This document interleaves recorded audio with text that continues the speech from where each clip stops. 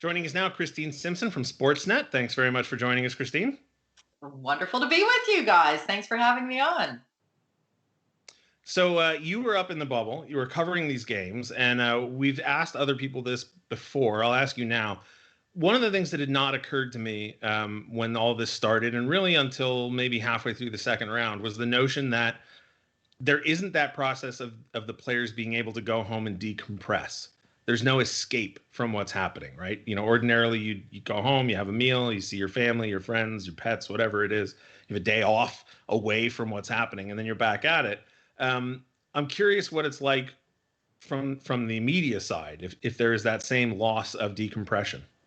Well, so I was fortunate enough living in Toronto that for the games in Toronto, I mean, we were in a bubble, so to speak, as far as where we were able to be in the arena, but we didn't need to live in the bubble where the players were in the hotel uh, because frankly we weren't allowed to be anywhere near the players. So as it was one of those things where my role officially during games is as a rinkside reporter, but I couldn't be further from the rink when I was there. We would come in Wow. like a special entrance. We would go right up to the 300 level. So that's as close as I ever got to the players. It was so bizarre. So in my little studio on the 300 level, I would have a headset on.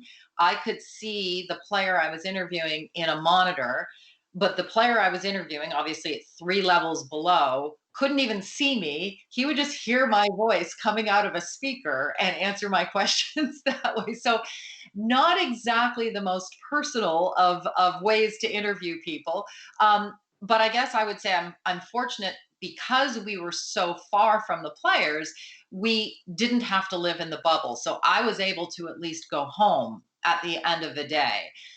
But to even imagine what it's like for the players, and I just give kudos to those guys, especially the ones that have been in Edmonton this entire time, at Yeah. least the Eastern Conference, right? Those guys that made it out of the East could have a change of scenery in going to another bubble inside of a different hotel in Edmonton. Because I just know it was weird enough for us, as media members, but can't even compare to what the players are feeling.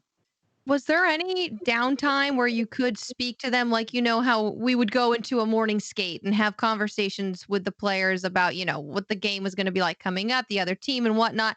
How could you kind of recreate those moments but 3 floors above? Was there any time for that, off TV Zoom calls or anything like that? No, you would have like there were player availabilities every day as there Oh, still are, but those are the Zoom calls where again you're watching them in your laptop and you're allowed one question and that's wow. it. So yeah, Carlin, I'm just thinking the last time I saw you, it was Yeah, in the Leafs dressing room at Scotiabank Arena before a game.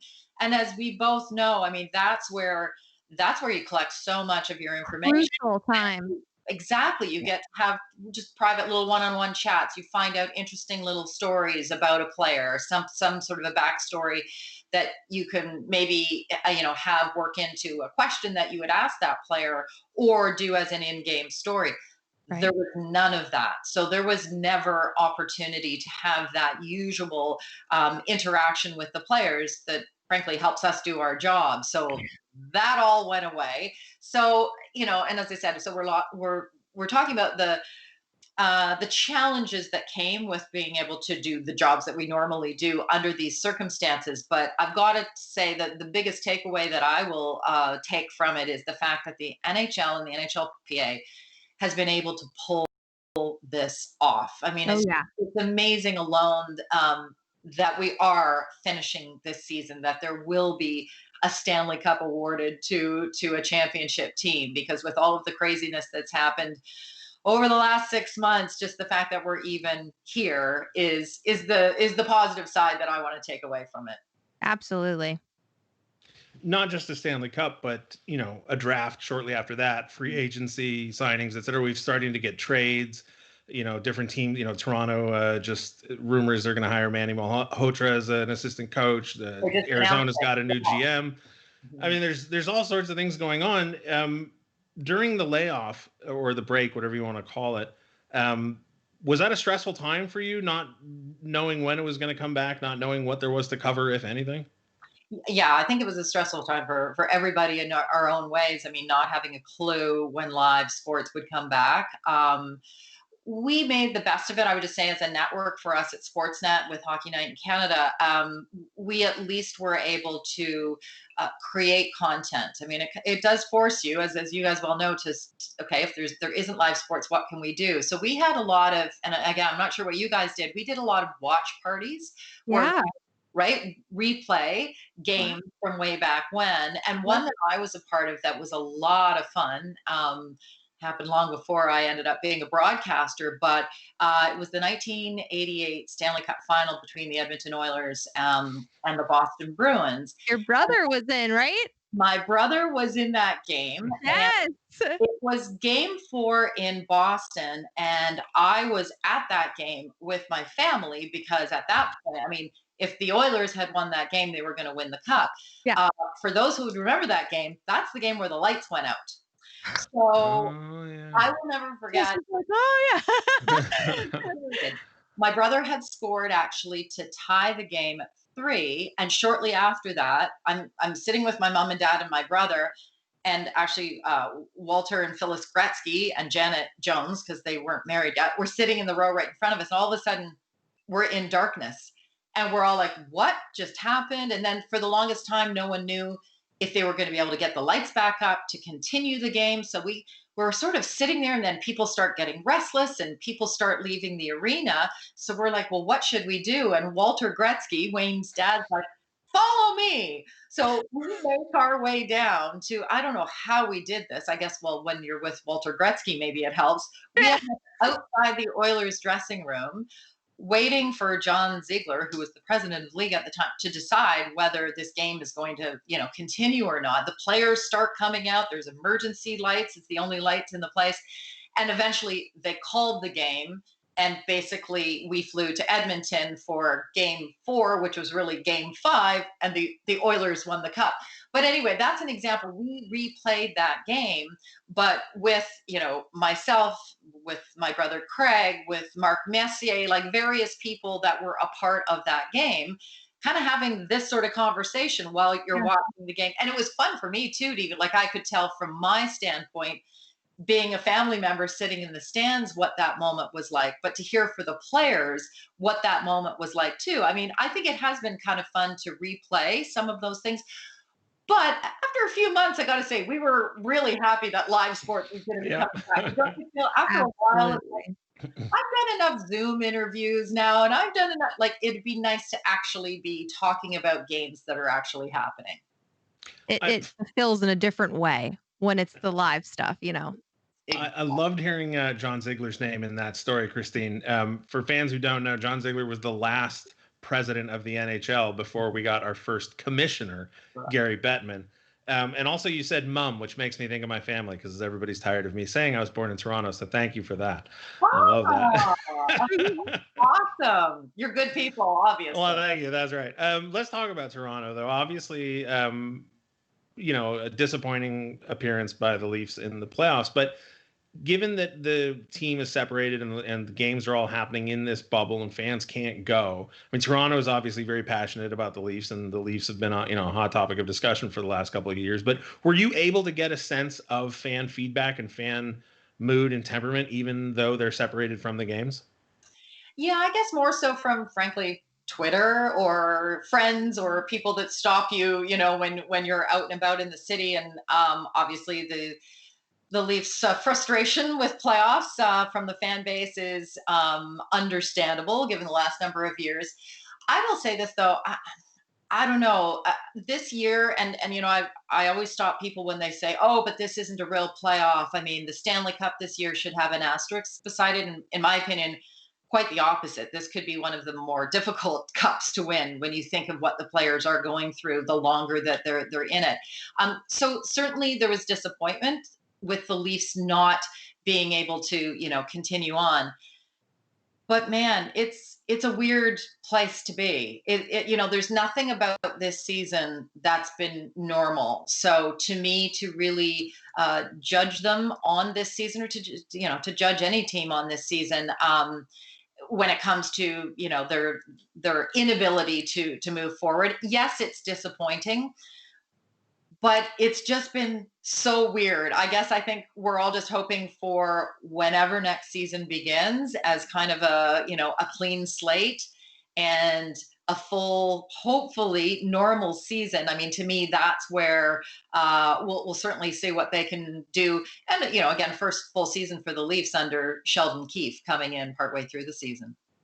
Chris, before, the season turned into anything but normal, you were a part of a really historic all women broadcast with Cassie Campbell Pascal and Leah Hextall. And I watched that, and as a woman who's already working in sports, felt so inspired just by seeing that.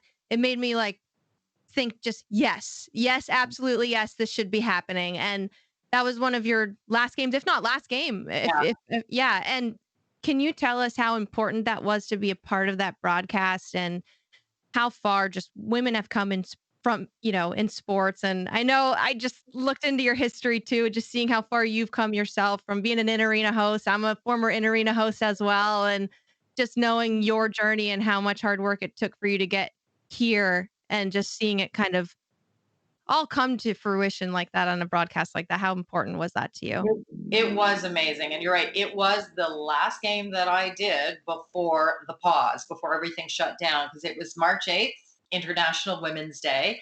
And I remember, a year ago, we started by myself and a few other women, a small group of women, obviously at Sportsnet in the hockey department, really wanted to do something that, we put our stamp on International Women's Day. We wanted it to be different than every other day. So a year ago, we had really the first all-female panel discussion on our pregame show for Hockey Night in Canada on that night. And we did, some features that profiled women in hockey.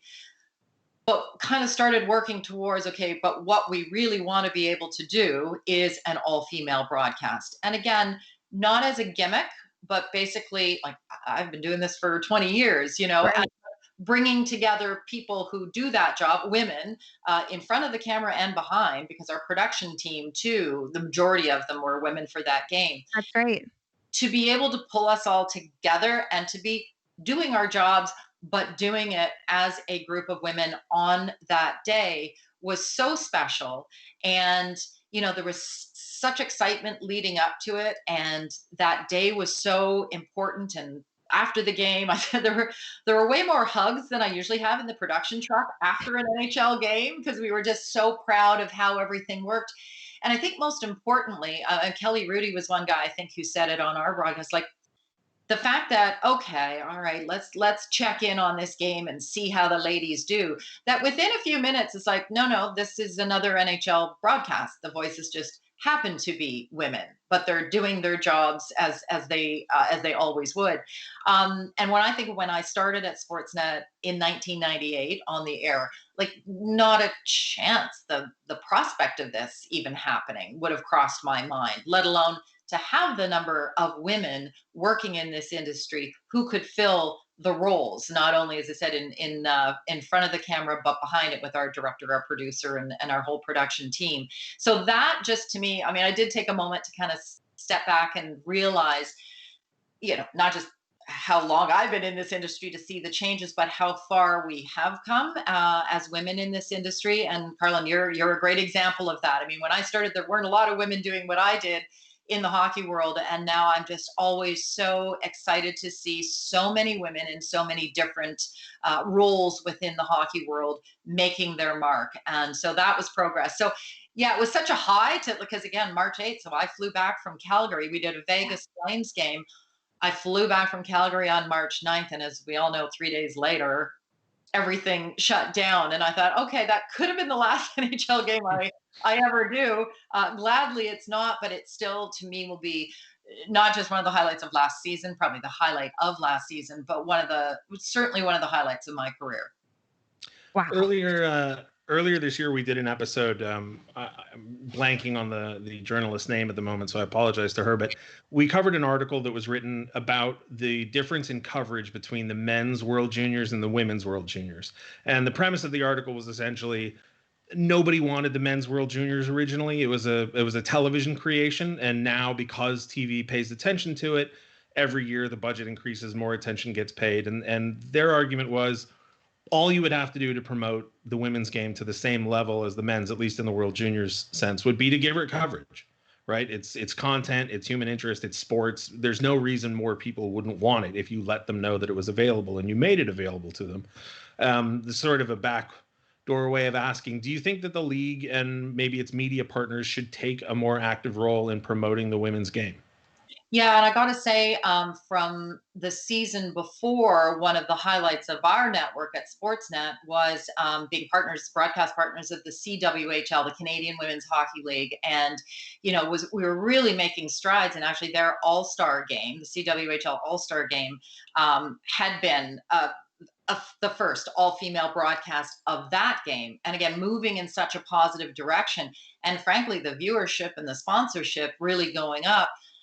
And then, of course, everything changed in the women's game with the CWHL taking a step back and folding. And I know there are, separate entities within the women's game. There are things that need to be worked out for the women's game to take that step further.